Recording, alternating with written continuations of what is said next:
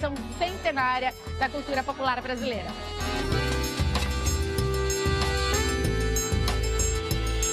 A gente está em Vitória, no Espírito Santo, numa festa que todo ano comemora e fortalece essa herança cultural. Mas para te contar direito como essa tradição é mantida de geração em geração, eu tô aqui desde ontem para acompanhar a rotina de trabalho aqui no galpão das paneleiras de Goiabeira. Olha isso aqui. Ah, mas isso aqui não deve ser de barro de... Olá, olá. Essa panela aqui é de verdade? Panela é de fibra. Ah, eu tava pensando mesmo, como é que levanta essa tampa? Então, isso aqui não cozinha. Fácil. Ah, porque não é de barro. Porque é mais uma réplica, os turistas tiram foto. Vem muito turista aqui? Vem muito. Atrás do quê? Pra comprar panela.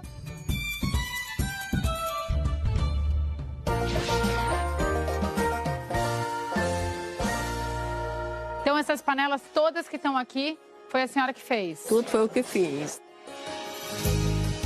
O que a panela da senhora tem de especial? A minha tem de especial porque a minha é autêntica, desde que minha bisavó fazia, ela é igual, ela não tem mudança. A senhora aprendeu a fazer panela com a tua bisavó? Minha bisavó fazia, minha avó, minha mãe fazia. O meu pai foi retirar o barro para fazer panela, morreu lá cavando barro. E hoje trabalho eu aqui, mais 4 irmãs e 2 irmãos. O que a gente faz nessa panela aqui para ficar gostoso? Pode fazer qualquer tipo de comida que fica maravilhoso. Fica mais gostoso do que na panela normal? Com certeza, o cheiro dela é outro.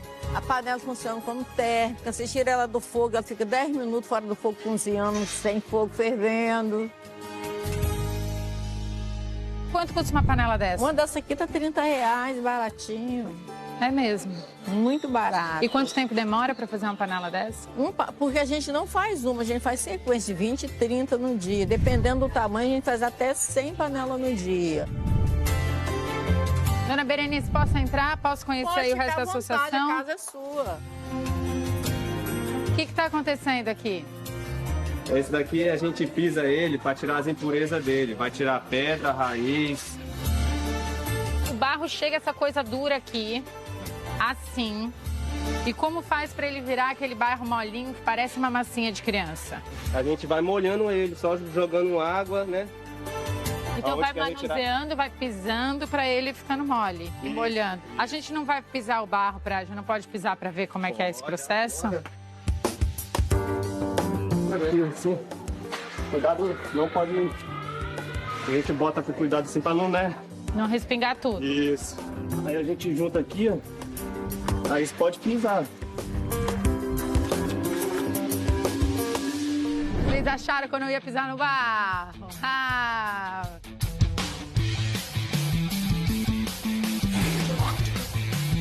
Eita!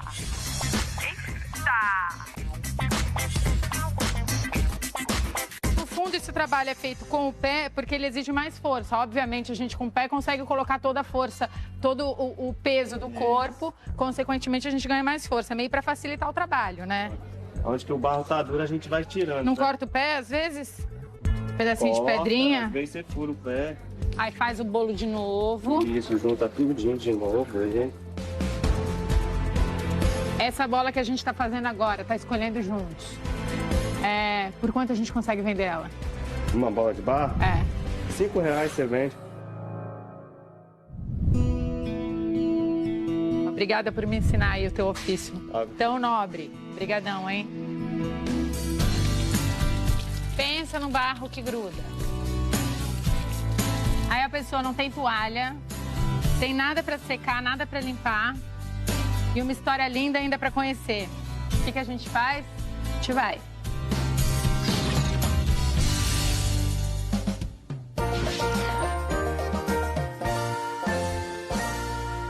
A senhora me ajuda? Ajuda. Me ensina, quer dizer? Aqui no caso já tá essa aqui, né? Tá começadinha já pra você. Né? Tá. O que eu faço aqui? Você vai redondando, vai virando. Ih, eu quebrei minha panela aqui, ó. Não tem importância, aí você faz isso só. A senhora pode dizer que a panela de barro ajudou de sustento, ajudou na criação dos seus filhos? Ajudou na criação minha, dos meus irmãos, porque naquele tempo o papai era empregado, mas não dava conta, eu também tinha 9 filhos, né? Quantas panelas a senhora consegue vender por semana aqui? Acho que umas 5 dá. Se a senhora pudesse escolher um emprego, o que a senhora teria feito? Panela de barro. Panela de barro. A senhora não fica depois com ciúme quando alguém vem e quer comprar a panela da senhora? Não, vendo com prazer. Quero ter tudo. Não. Posso levar para queimar, então? Pode. Como tá rolando um preparativo para a festa, as fogueiras ali de queima não estão acontecendo aqui no galpão. A gente está indo para casa de uma paneleira para poder fazer a queima. E eu também vou.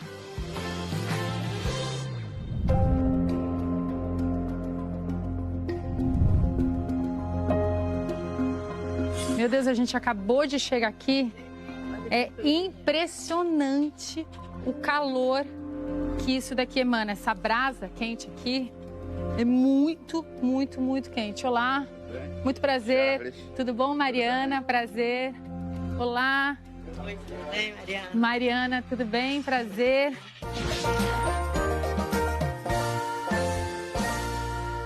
Aqui, ó, são todas as panelas empilhadas. Assim fica toda fileira para poder facilitar a queima. Tá, e como é que eu faço para colocar essa panela aí? Você vai aguentar botar? Vou aguentar botar.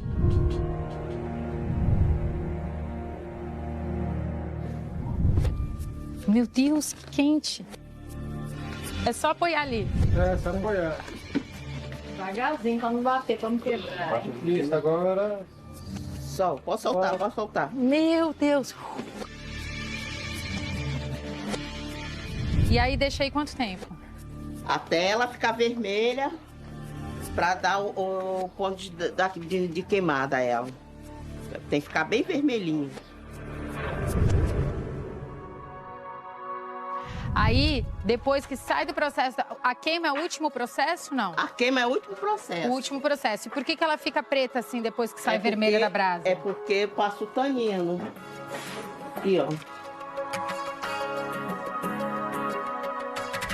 A fogueira aumentou, tá vendo? Tá esquentando. Nossa Senhora, não dá mais pra ficar Agora ali perto. esquentou.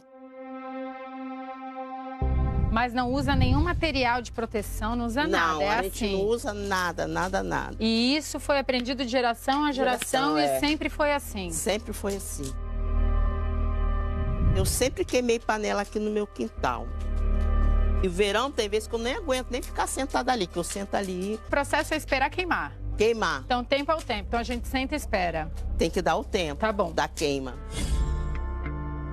Essa produção de panela, ela vem de geração em geração, tal, mas isso foi aprendido pelos índios da região? Segundo histórias, os historiadores, foram índios que aqui Que sim, começaram, e deixaram essa cultura aqui. E o único bairro que tem é só o nosso bairro. Que é o bairro das Goiabeiras. É o bairro de Goiabeiras. E a senhora acha que esse trabalho é valorizado aqui em Vitória? É, agora é. A senhora tem muito orgulho de ser paneleira? Eu tenho. Bom, já rolou uma movimentação aqui, Dona Alceli levantou. Aham. O seu Charles veio aqui, pegou o pano. Pra onde a senhora vai agora? Agora eu vou sentar pra me açoitar. Tá bom. Senhora, pra que esse pano aí? Esse pano é para me proteger um pouco da quintura da panela que vem em mim. Tá. Então foi uma panela.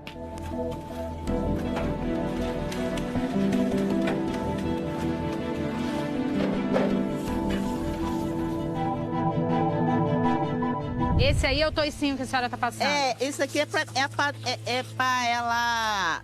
Eu já tô passando um óleozinho para quando você chegar em casa, você já só lavar a panela e fazer o uso. Não precisa chegar em casa e curtir ela mais. Entendi, o processo tá pronto. O processo já tá pronto. Não se queima não com esses respingos? Não. Não. Acostumou, né? Acostumei.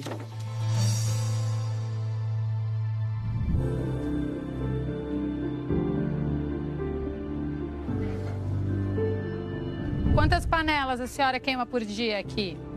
Vocês dois juntos? Nós dois juntos queimamos umas 60 peças, até mais. A gente fica na base mais ou menos de 3 a 4 horas queimando.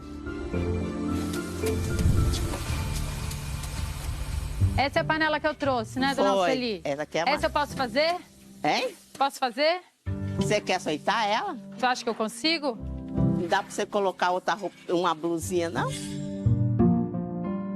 Pega a madeira. E vai.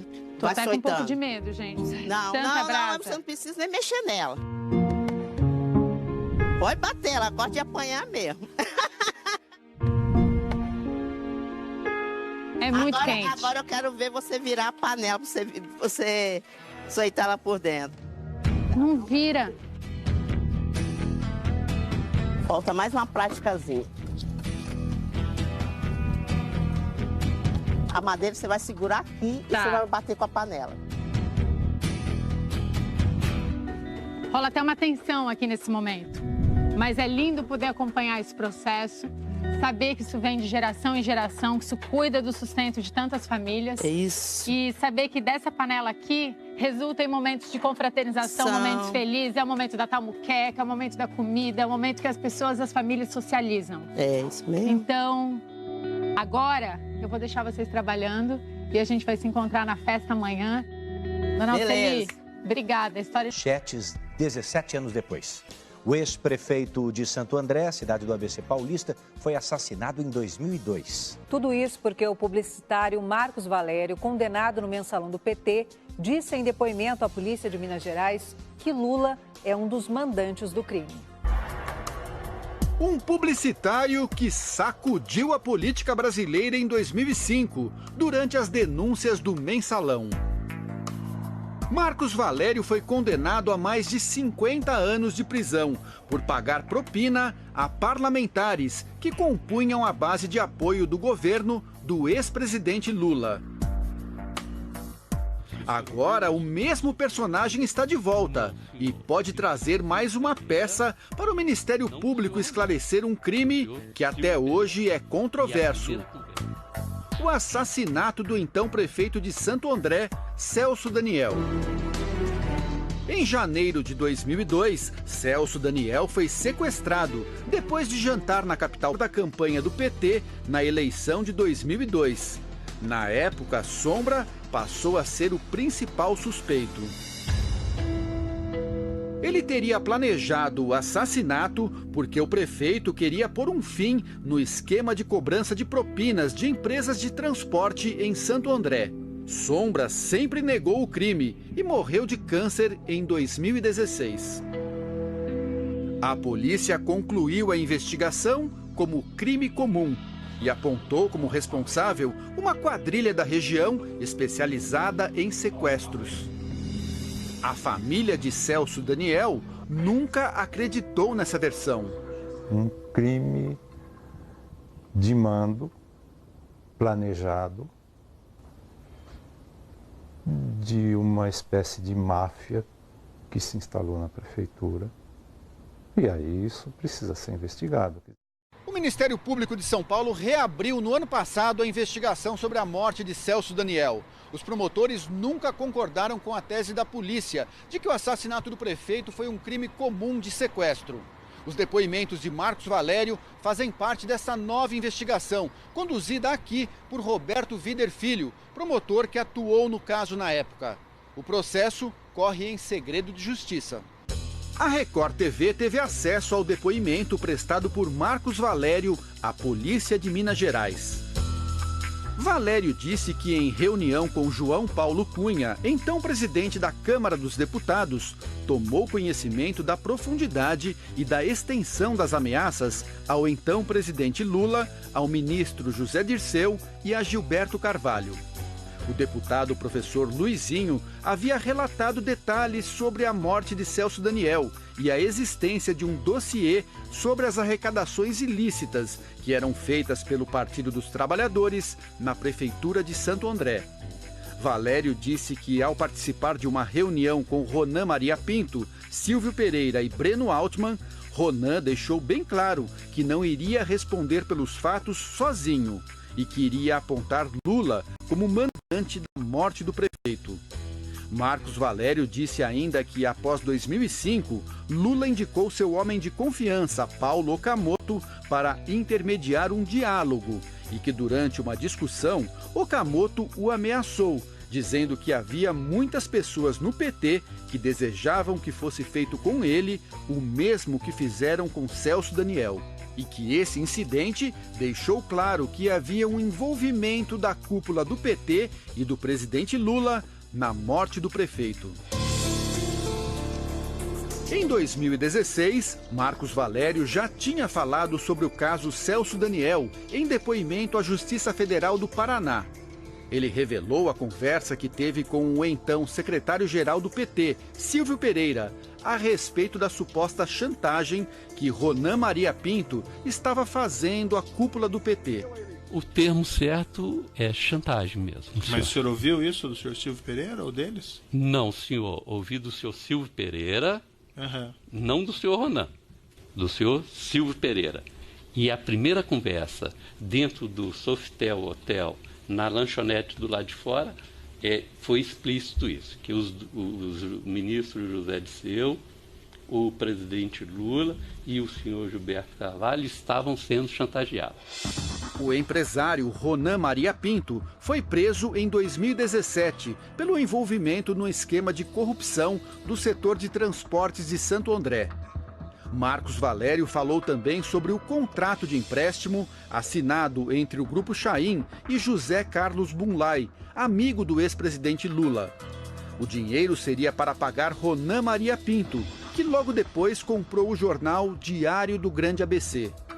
Valério disse que tinha medo de falar sobre o assunto por causa da periculosidade dos envolvidos no caso. Nas suas palavras, o senhor foi ver quem era Ronan Maria Pinto, correto? Sim, senhor. O que aconteceu? Como é que se descobriu quem era Ronan Maria Pinto? O que o senhor fez para descobrir quem era Ronan Maria Pinto? Excelência, o que eu descobri é muito sério e eu não queria me envolver. E vou pedir para não responder essa pergunta. Por quê? Porque é um assunto muito grave e eu não quero correr risco. O advogado de Ronan Maria Pinto disse que as declarações de Marcos Valério são falsas. Uma tentativa desesperada de conseguir uma colaboração premiada a qualquer custo e com qualquer informação, mesmo que não esteja sustentada por uma prova documental ou outras testemunhas que sustente. Em nota, o PT também afirmou que Marcos Valério mente. O ex-ministro Gilberto Carvalho diz que não conhece e nunca falou com Marcos Valério e que o mesmo vale para o ex-presidente Lula. E acrescenta: tomarei medidas judiciais para que o senhor Marcos Valério pague por mais este crime que cometeu. Também em nota, Paulo Okamoto disse que Marcos Valério repete declarações mentirosas e sem provas, que já foram investigadas e arquivadas pela Justiça. Para a família de Celso Daniel, a reabertura é motivo de esperança de que o caso finalmente tenha um ponto final. É um caso que a gente gostaria de ver elucidado. Essa sempre foi a batalha nossa, né? Que tudo fosse investigado, porque as circunstâncias foram sempre muito obscuras.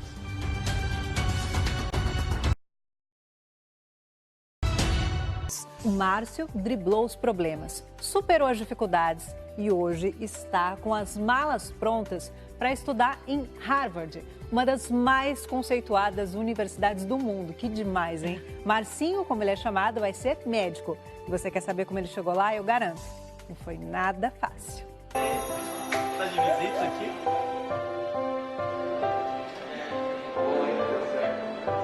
O Machado de Assis, ele tem uma frase que ele fala que mais feliz é quem anda com um galho de espinhos nas mãos, né? Do que a pessoa que anda com a rosa. Porque a única certeza que a pessoa que tá com a rosa nas mãos tem é de que ela vai murchar. Mas a pessoa que só tem um galho com espinhos, a única certeza que ela tem, que ela pode ter, é de que até desses espinhos podem nascer flores.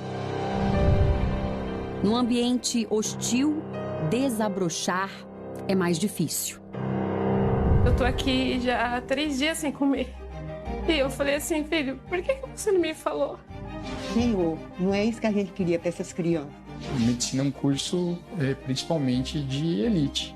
O aluno do ensino público, ele vai ser sempre mão de obra barata. Tem gente que tira força da dificuldade, o Márcio é isso.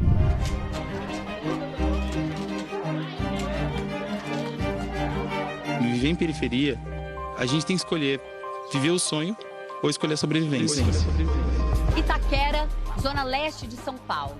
Um bairro que parece ser visto só de longe pelas autoridades, mas que carece de um olhar mais atento, um olhar mais próximo, mais interessado. Foi aqui, onde a ação do poder público não chega como deveria, que o Márcio nasceu e cresceu. Por toda a infância e adolescência, ele estudou em escolas da rede pública. E foi bem no comecinho da vida acadêmica que o Márcio enfrentou a primeira dificuldade. O garotinho do 3º ano do ensino fundamental precisou da companhia da mãe para frequentar a escola. Ela ficou 6 meses comigo na sala de aula porque não conseguia ficar só. Primeira barreira vencida, a vida escolar do Márcio se tornou o que é a de muitas outras crianças pelo Brasil. Até o primeiro ano do ensino médio, que não levava nada a sério. Ele não estudava, ele ainda era muito indisciplinado, muito mesmo. Eu não enxergava não levar a sério alguma possibilidade de mudança de vida. A Carolina conheceu o Márcio nessa época. Ela, professora de português. Ele, aluno de outra turma. Ele nunca foi meu aluno. Eu conhecia ele dos corredores, que ele ficava passeando o tempo inteiro. Tinha que sempre ficar mandando ele voltar para a sala dele. Eu queria sair da escola para trabalhar, e que é uma coisa que comumente acontece com os alunos de escola pública. E eu não conhecia a educação, né? Assim, conhecia literatura, não conhecia poesia, não conhecia o mundo. Né? O desejo de conhecer o mundo veio no penúltimo ano da escola. Junto, uma determinação de recuperar o tempo perdido. Quando ele tinha aula vaga, ele ia para minha aula, porque ele tinha essa dificuldade em português. E então ele assistia, porque ele perdeu muita coisa no primeiro ano. O que fez com que você percebesse a necessidade de estudar? Foi uma aula específica de um professor, o professor Walter, que dava aula de história pra gente. Ele é um professor que, assim, ele dava aula há 30 anos. E ele sempre falava assim, gente, eu vou bater na mesma tecla. Porque se uma pessoa escutar o que eu vou falar pra vocês, pra mim já é de grande eficácia. Mas afinal, o que esse professor disse que tocou tão fundo na alma do aluno? Eu não quero sair daqui da escola, eu já tô para me aposentar, e não ter uma história para contar de um aluno. Porque a única história que eu tenho e costumo ter é de que um aluno tal faleceu, de confronto com a polícia, de que outro aluno foi, assim, vendido para o mundo das drogas. Então eu quero ter notícias boas para contar para meus netos e para levar para minha vida, assim, né? Pro fim da minha existência. Foi uma revolução na vida do Márcio. Quando eu decidi mudar, assim, primeiro eu falei, nossa, eu vou deixar o professor Walter orgulhoso.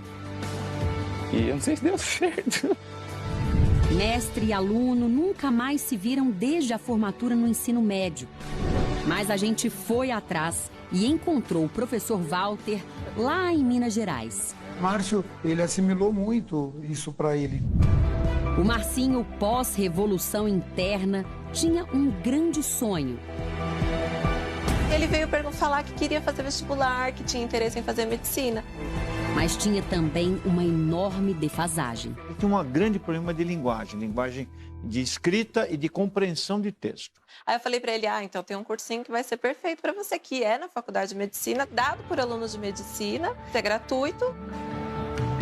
Quando eu entrei lá, eu fiquei vislumbrado, porque eu falei, um monte de jovem que tem a minha idade, tiveram muito mais oportunidades e acesso a muito mais coisas que eu, mas eles estão, descendo desse terraço dos privilégios para me colocar no mesmo lugar que eles.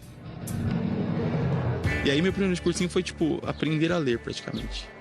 Márcio se dividia entre os empregos que conseguia e as aulas no cursinho, o MED Ensina. Trabalhava na pizzaria de sexta, sábado e domingo e no hospital de semana e de manhã para ter meu dinheiro da condução e da alimentação, né? Para não atrapalhar meus pais. Tipo, chegava no cursinho 8 horas da manhã, levava uma marmita, às vezes a marmita azedava, o pessoal deixava comer no restaurante universitário com eles. Tinha um professor que repetia, às vezes ele nem comia, tipo, ele falava, Márcio, eu vou pro hospital, mas eu vou pegar meu prato. Ele fazia o prato dele e dava pra mim e eu comia. Uma fase em que dormir era um luxo. Ele dormia lá em casa, vó, a senhora me acorda. Aí eu pegava e chamava ele falava, tá bom, vó, Deus que abençoa. 5 horas da manhã, Deus que abençoa. Como pensando, bum, caía e dormia de novo. Marcinho, tu não falou pra me chamar por 5 horas? Aí, Marcinho, é seu futuro, filho. Aí, tá bom, vó. Aí levantava. Ao final do primeiro ano de batalha, uma derrota. Nosso primeiro vestibular foi triste. Cheguei no Enem, assim, minha nota não foi agradável, sabe? Eu não tinha visto muita coisa de física, de química, de biologia, tão profunda, assim, quanto o Enem cobra. Então eu falei, nossa, eu fui muito mal. Mas ele não desistiu, em grande parte por causa de um novo mestre. Ele praticamente criou esse novo Márcio. Ele me moldou, assim, pra vida, o Marcos Agrela. Agrela é um dos estudantes de medicina que viraram professores voluntários no cursinho pré-vestibular. Ele demonstrava interesse, assim, puro, sabe, genuíno em tudo que eu fazia, em tudo que eu queria falar. Então ele olhava pra mim, assim, tipo, e, sabe, se inclinava, tipo, falava, meu, eu quero te escutar. Então ele lia poemas, lia textos que mexiam comigo. Pela maneira que ele lia, pela maneira que ele enxergava aquilo. Eu falava, nossa, eu quero enxergar isso daqui igual a ele, além das palavras, sabe? Mas veio mais um ano de decepção no vestibular. Márcio encontrou no amigo e professor Agrela o incentivo para continuar lutando. Ele falou, olha, qual o cursinho que mais aprova em São Paulo? Eu falei para ele o nome, ele falou, na quinta-feira a gente vai fazer matrícula nesse cursinho. Agrela financiou por um ano os estudos do Márcio em um dos melhores cursinhos de São Paulo. Mas nessa reportagem, ele só aparece em foto. Modesto prefere o anonimato. A sorte do Márcio foi encontrar muitos Agrelas pelo caminho. Quando eu chegava, eu já tinha na carteira que eu sentava uma fichinha de café, bilhetinho escrito Força Marcião, barrinha de cereal, fichinha de almoço. E teve uma semana inteira que eu cheguei e tinha 2 tickets do metrô, né? Eu não sabia quem colocava isso, não sabia quem... Você não sabia? Não sabia. Gente que, por exemplo, do 6º ano, que tá preocupado com o exame de residência, dá plantão que você fica 36 horas trabalhando direto. Eles resolveram usar o tempo deles para ler Machado de Assis com Márcio. E fazer ele interpretar texto e fazer como se fosse uma universaria. A máquina do mundo se entreabriu para... Depois de 3 anos, o trabalho de tantos ourives deu origem a uma joia com alto valor de mercado. Marcinho foi aprovado no Enem para medicina. Quando um menino negro da periferia de São Paulo, que estudou em escola pública, é aprovado para cursar medicina, eu acho que isso é uma semente de uma transformação possível e necessária. A senhora já tinha pensado na vida de formar um neto doutor? Não pensava não. Eu implorei para ele ficar em São Paulo, que ele tinha passado na faculdade de São Paulo. Pedi, filho, fica aqui, você passou em faculdades próximas à nossa casa. Mas ele já estava em pleno voo.